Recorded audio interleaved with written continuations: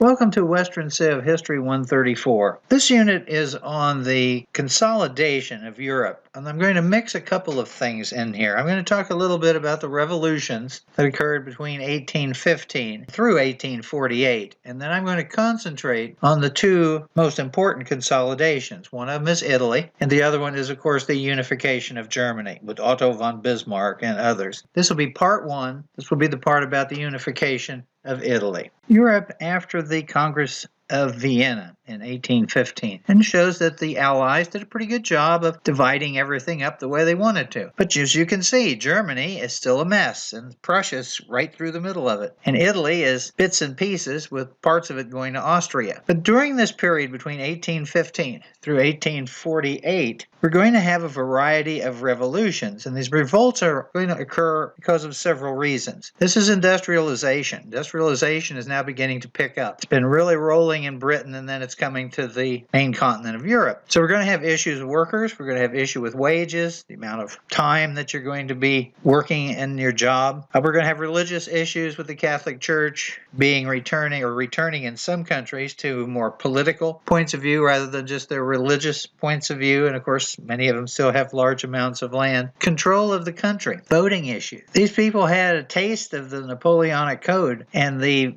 French Republic, and that was all rolled back. And they remember what it was like, and they're not going to particularly like the way they're led during this particular period of time. For example, in France, after Louis XVIII was put back in power, they set up a constitutional government, but the restrictions on voting are such that of 30 million Frenchmen, only 100,000 would be eligible to vote, and only 12,000 of that group would be eligible to run the government. And so they're going to bring back the emigres, and that's going to wear on people. And that's one of the issues. And during this period, you have the battle between the liberals and the conservatives. And you have to be careful with that term, because liberal and conservative change historically all the time. We usually think about, oh yeah, tax and spend, and the conservatives are fiscal conservatives. They don't want to spend any more than they have to, except on defense. That has nothing to do with this time period in the 1800s. Liberal means that the people have the right to vote and to determine their own government. Conservatives believe that the government that they have with the monarchs, whether it's a true monarchy or it's a constitutional monarchy, that is the only way to have the government. Cannot allow the regular people to take charge of the government. They'll put in some kind of crazy government. You've got to trust the nobles. And the other thing that happens too is the conservatives tend to be what's called reactionary, which means that if things start looking troublesome, they start calling out the troops to beat you up or to shoot you. So reactionary is, I got something wrong. Oh, they kicked me. Oh yeah, they react pretty quickly. So that's what's going to happen. Periodically, this is going to bubble over, and we'll have some revolts, and then they'll put it down. And the major European powers of the Congress of Vienna are going to continue to be monitoring the situation and using their troops if they have to. So right now, in 1815, it looks calm. Here's the first little burp of revolutions. You have a little revolution in Spain, and even though they didn't like Napoleon, they certainly liked what he brought in. Didn't like the Bourbon Restoration. Italy is a little unsettled. Greece is a little unsettled, but that's an Ottoman issue. Serbia is unsettled. That's also an Ottoman issue. But notice that for the reactions going on in Italy, here comes the Austrian army. And in Spain, they actually send the French army in. After putting down the revolts in 1822, Europe has about 5 years worth of rest, and then kaboom, it blows again. Once again, you see Italy is up in arms. Now we've got the Warsaw Polish group that's revolting, a section there in the German Empire of Hanover and Saxony, and France is blown up. France scares everybody. Anytime France blows up, all of Europe gets concerned, because the problem with France is this. They had the French Revolutionary Napoleonic government for a significant amount of time, and they settled the terrible part of the revolution and consolidated the good parts of the revolution. And until all of those people who experienced that positive side are dead, any new government is going to be criticized by the people who are still alive and remember the old system. So that's why France is always a concern, because they've had a system. They want to put it back in, perhaps. And of course, this will lead to the abdication of Charles X, and he'll be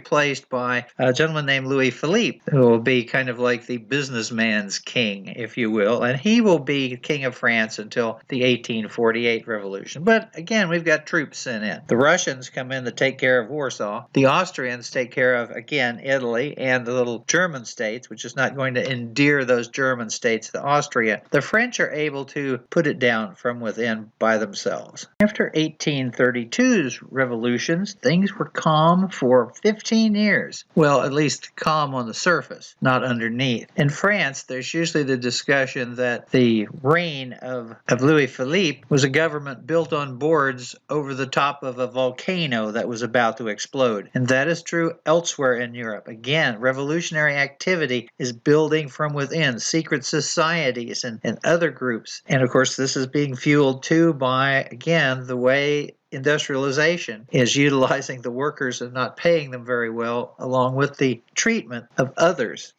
by the governments of various parts in Europe. So here is the revolutions in 1847 up through 1848. Again, this actually starts in Hungary, the 1848 one, but notice there's some little rumblings in France. And again, we've got some issues with Krakow, and Italy just blows completely up, and this will, of course, keep the governments busy. Prussia actually uses her troops this time. Frequently, when there's a little disturbance in Prussia, they usually just leave it alone. The general population is very supportive of the government, and it'll just disappear. But Austria's got its hands full, and Russia has to react too. And in Paris and in France, this is just kind of a simmering. They're really not putting it down. It's just going to get a little bit worse. The government is trying to make some rules and react to it a little differently. Not going to work. The Great Revolutions of 1848. Now this starts in Budapest in Hungary with a leader named Vuk Karadžić, and then it begins to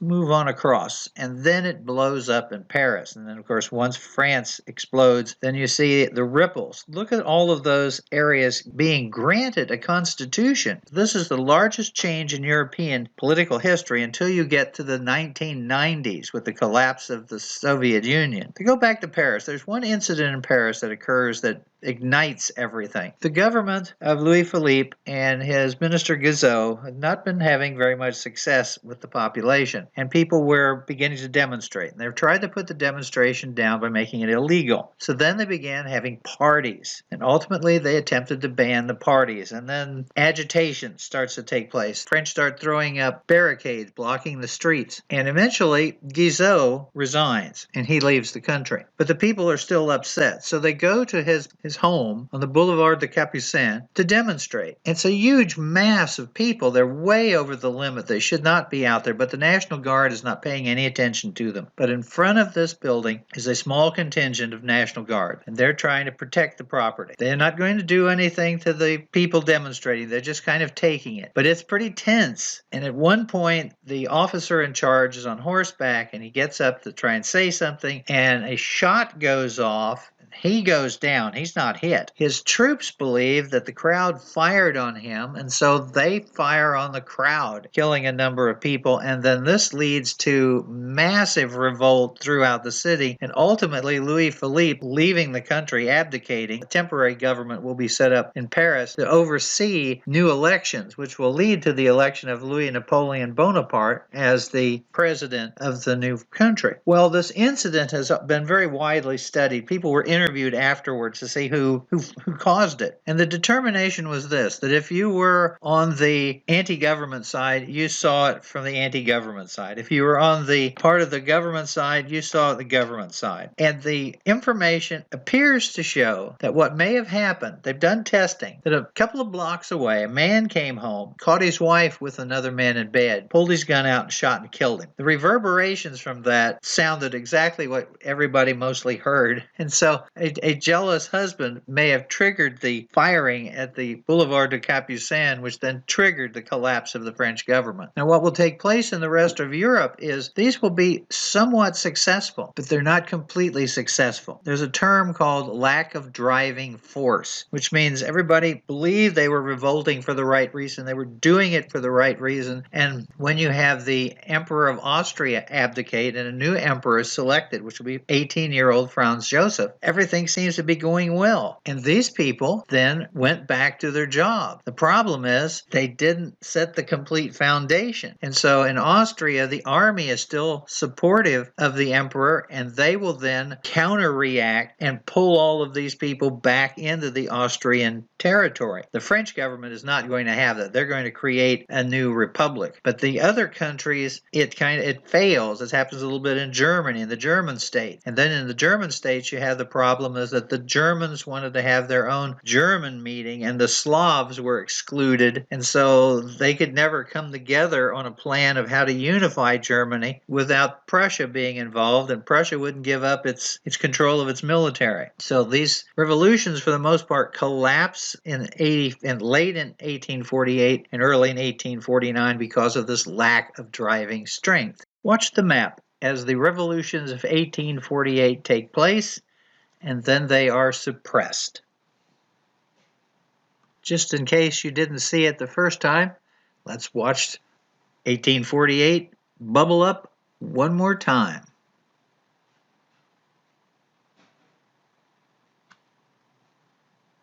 Well, France at least gets itself a new government, but unfortunately, no one else is. Notice that Austria is attacking Italy again. France actually sent troops to protect the Pope in Rome. They're not doing anything else. They're just protecting the Pope. Prussia is really active. She's rolling into the German states, putting down these constitutions, and the Russians come in and deal with both Bucharest and the Hungarians. So it's somewhat unsuccessful. It is also going to lead future revolutionaries to be much more pessimistic on how difficult it is to overthrow these governments. We've seen the revolutions throughout Europe in 1848, so let's now look at Italy. One of the things that happened in 1815 is the creation of the Kingdom of Sardinia, which is also called the Piedmont, and that will become very important in the unification of Italy. There are 9 states in Italy after 1815. The Piedmont, the Kingdom of Sardinia, Lombardy, Venetia, Tuscany, Modena, Parma, Lucca, the Papal States,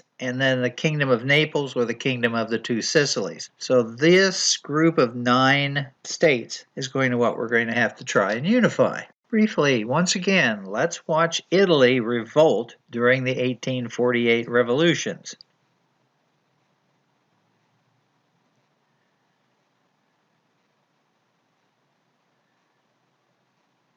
And let's try it again to make sure that you've got a good shot at it.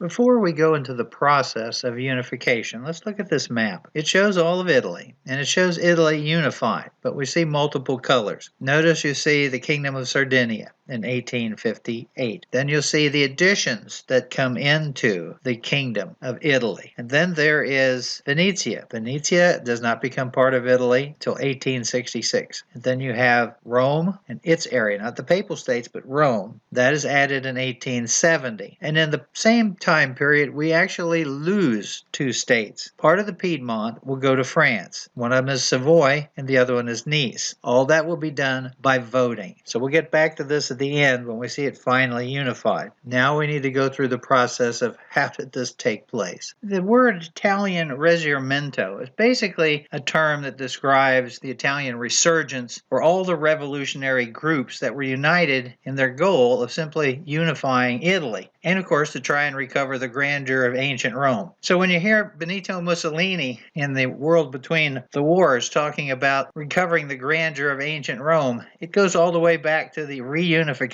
of Italy, that they thought that by reunifying they could get that glory back. Now some of these groups were peaceful. There were some anarchists in the group, and Young Italy, which was founded by Mazzini, is very much anti-violence. We've finally reached the moment where we have actual photographs of historical characters, and we do not have to rely on the portraits. This is Giuseppe Mazzini, as you can see here, first among Italian revolutionary writers. He was born on June the 20th, 1805, and he died on March the 10th, 1872. So he will live long enough to see Italy truly unified. His 2 greatest works are On the Duties of Man and Thoughts upon Democracy in Europe. Now he was a politician, a journalist and an activist for unification. He created this group called Young Italy, a nationalist group interested in uniting Italy. It was a secret society, but promoted unification. Its motto was God and people. It believed in one free, independent,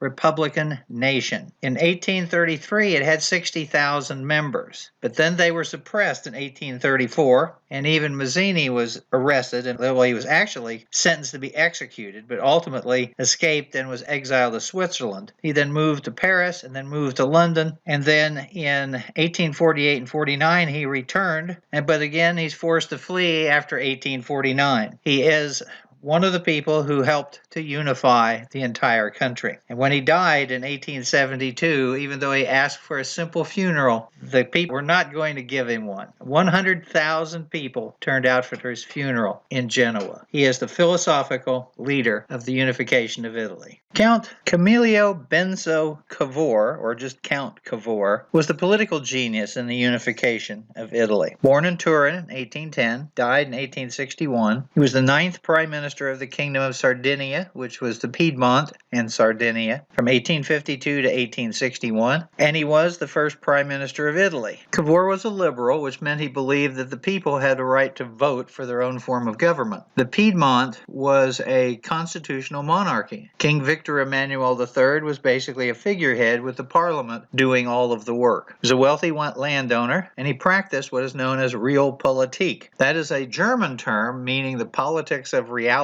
In the practice of it at this time period, of which Bismarck of Prussia is the master, it means that you do what is right for your country and your country alone. And then you see he's willing to make war. What that means is he's willing to make war for the proper reason, to help unification, to help the Piedmont.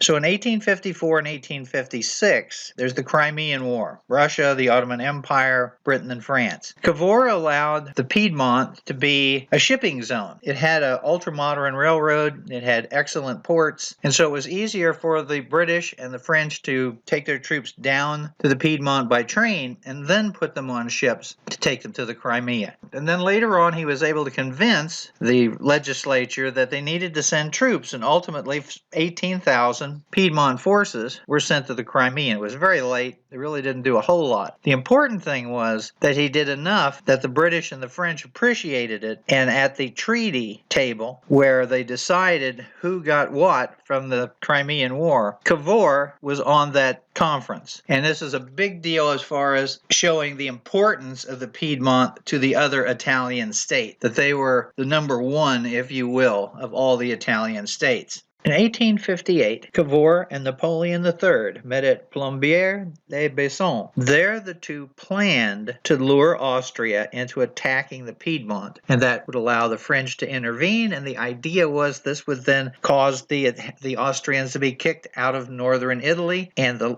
Lombardy and Venetia could then become part of the United Italy. Well, they went through all sorts of scenarios as to how to make this work, till they finally came up with what they thought was a good solution. So they made a secret agreement. Cavour would do something that would cause the Austrians to invade the Piedmont. Then once Austria invaded the Piedmont, the French troops would then intervene. Now, just before this was supposed to take place, Napoleon III kind of got cold feet because he was concerned that if the Piedmont took over Lombardy and Venetia, that would make them a pretty powerful power in that region, and that might threaten southern France. So he was thinking about withdrawing from the idea, but the Austrians then attacked anyway, and that forced Napoleon III to follow the agreement. Of course, part of this agreement was supposed to be that the pieces of the Piedmont, which would have been Savoy and Nice, would become part of France. That wasn't written in stone, but that was Napoleon III's belief. At any rate, they get about halfway through. After a couple of major victories, the French found the going a lot tougher than they anticipated, and so they decided to make another separate secret deal and sell out the Piedmont. So the agreement between Napoleon III and Austria was that Austria would withdraw, but they would have to give up the Lombardy area to the Piedmont, but they could keep Venetia. Now, that didn't make Cavour happy, but,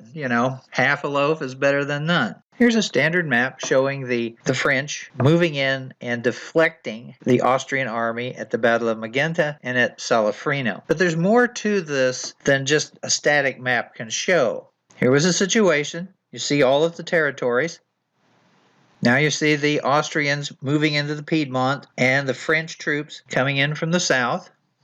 Now the French are moving pretty heavily into the Piedmont area, and now they're fighting their battles with the Austrians.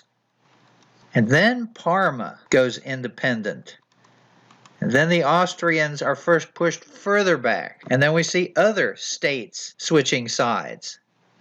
And in the end, after the treaty with Austria, this is what we find. What took place was when the successes were taking place, Parma and the other states there, Tuscany and Lucca and the other states, decided this was their chance to overthrow their local government. So without the Piedmont telling them what to do, the local Risorgimento revolted against their old government and threw them out. Once that took place and was successful, and then the treaty was signed with Austria, then what the Piedmont demanded was that those other states, Parma, Tuscany, what have you, have a plebiscite where all the people, universal manhood suffrage, so all males 21 years old or older, who were citizens, would vote. And if the majority of the people said that they wanted to join with the Piedmont in what becomes the Northern Italian Confederation, they will accept them. So that's what went on. There was more to it than just the part with the invasion of the French troops. Now let's look at the map briefly one more time.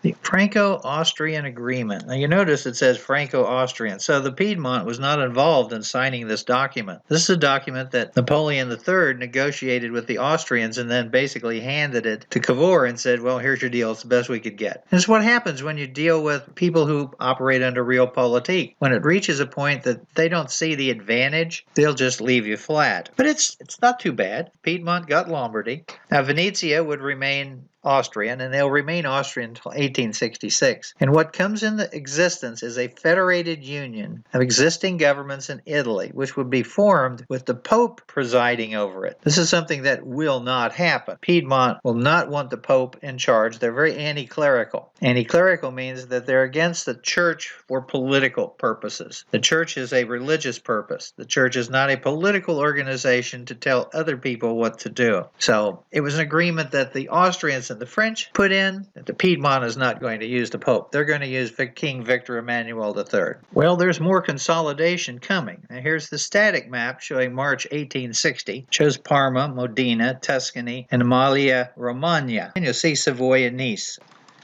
Then you see the unification at Northern Italian Confederation. Notice Savoy in the north and Nice in the south. Remember, Napoleon III wanted those as part of his agreement to help the Piedmont. What Cavour did is he held elections in Savoy and elections in Nice, and sure enough, they voted to join France.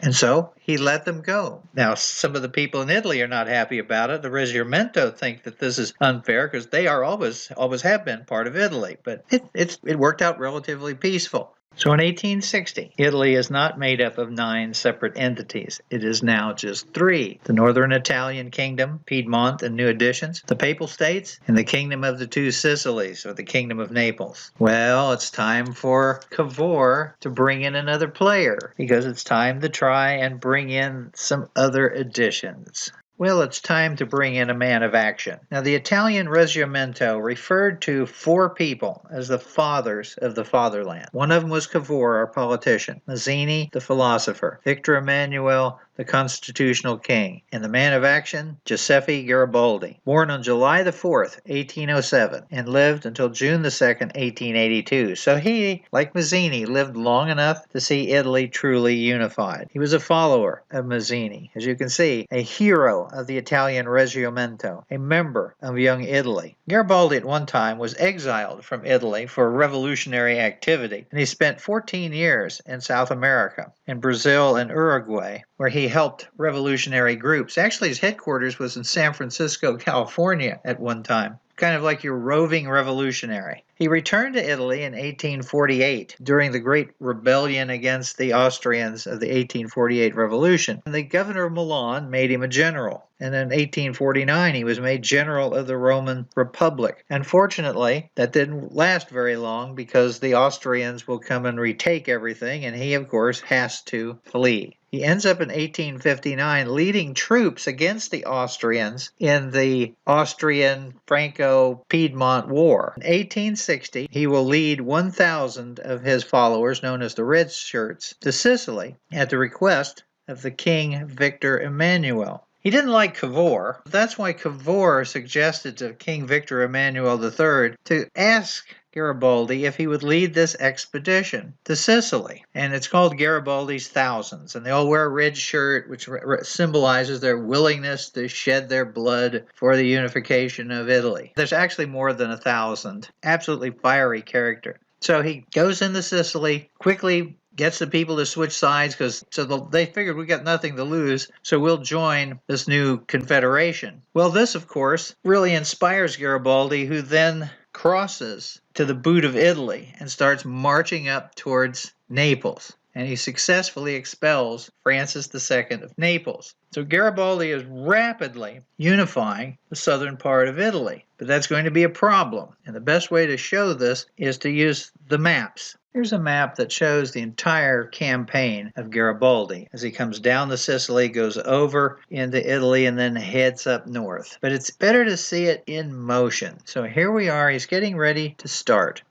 He lands in northern Sicily and then begins conquering Sicily. Moving along the coast, time to cross to the boot. And there he takes over the kingdom of Naples. But notice, in the northern part where the Papal States are located, there's another force moving south. The concern is this. Notice Rome. Rome is brown. There are 70,000 French troops protecting the Pope. If Garibaldi marches on Rome, he's liable to trigger French intervention. So what Cavour is going to do, he's going to attempt to cut him off. So the Piedmont army is heading south to head off Garibaldi. Ultimately, they meet, and you see the unification of Italy in 1861. But they leave Rome alone. So there are two parts that are not part of Italy in this unification in 1861. Rome or Latinum and Venetia. Venetia will be added in 1866. Rome will then be added with the Pope being in charge of Vatican City in 1870. In the unification, you hear the term frequently, how Italy was made. And this is what they mean. It's armed violence endorsed by popular vote. So people revolted, overthrew their little local government, and then voted to join the Piedmont. You have Mazzini's ideas, philosophical points of view, the duties of man, for example. You have Garibaldi's audacity. I mean, he just let it flow. He just kept going. He felt the momentum, and he took advantage of it. And you have Cavour's cold policy, calculating policy, realpolitik policy. How do I get this accomplished? Okay, I'll make a deal with Napoleon III. We'll beat up on Austria. All right, that didn't quite work. Let me bring Garibaldi in. Oh, he's gotten out of control. I need to send my troops in and cut him off and gradually work his way through it. But he does at least unify part of Italy, most of Italy, by 1861.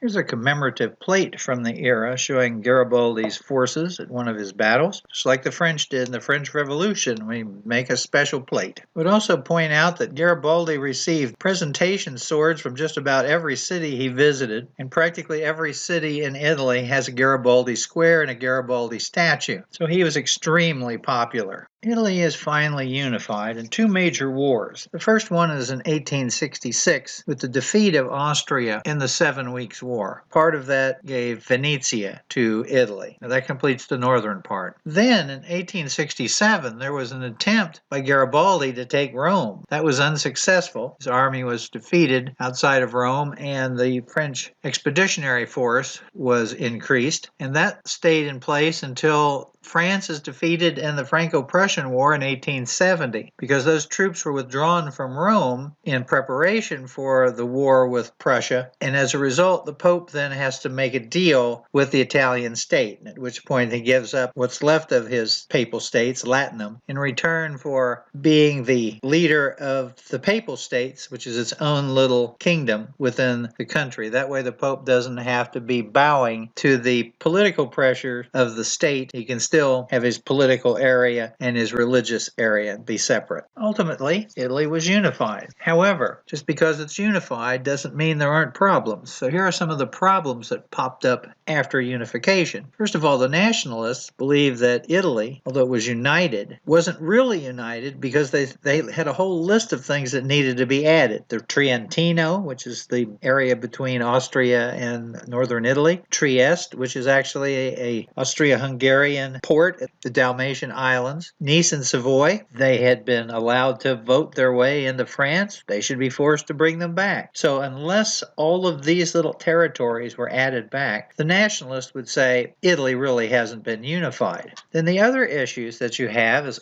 obviously there is a big gap between the Pope and the state. He was used to running his own little papal states, and he's not really happy being in Vatican City. But it's an issue that will come back and forth. Even Mussolini will have to deal with this when he takes over Italy. Regional differences between the North and the South. The North is industrial. In addition, the North has the best land with the Po River Valley. The South is not as good farmland. It's grazing land. It's always been poorer. And of course, the people in the South thought once they were all together, this would greatly increase their economic background, which it does to some extent, but not as fast. Lawlessness continues in Sicily, as well as in southern Italy. They thought that would change. It got better, but not overnight. And Italy's parliament is not really democratic. Their first election, only 600,000 people were eligible to vote out of 20 million in the population. So they cut back on the qualification of who could vote, which is significantly different from what happened when they were doing the plebiscites to determine whether Parma should become part of the Piedmont, universal male suffrage. And now they've restricted it, and it will be significantly restricted over the rest of the 1800s for quite some time. So what ends up happening is revolutionary agitation continues. So I hope you enjoy the unification of Italy, because now it's time to go and unify Germany, and the French aren't going to like it one bit.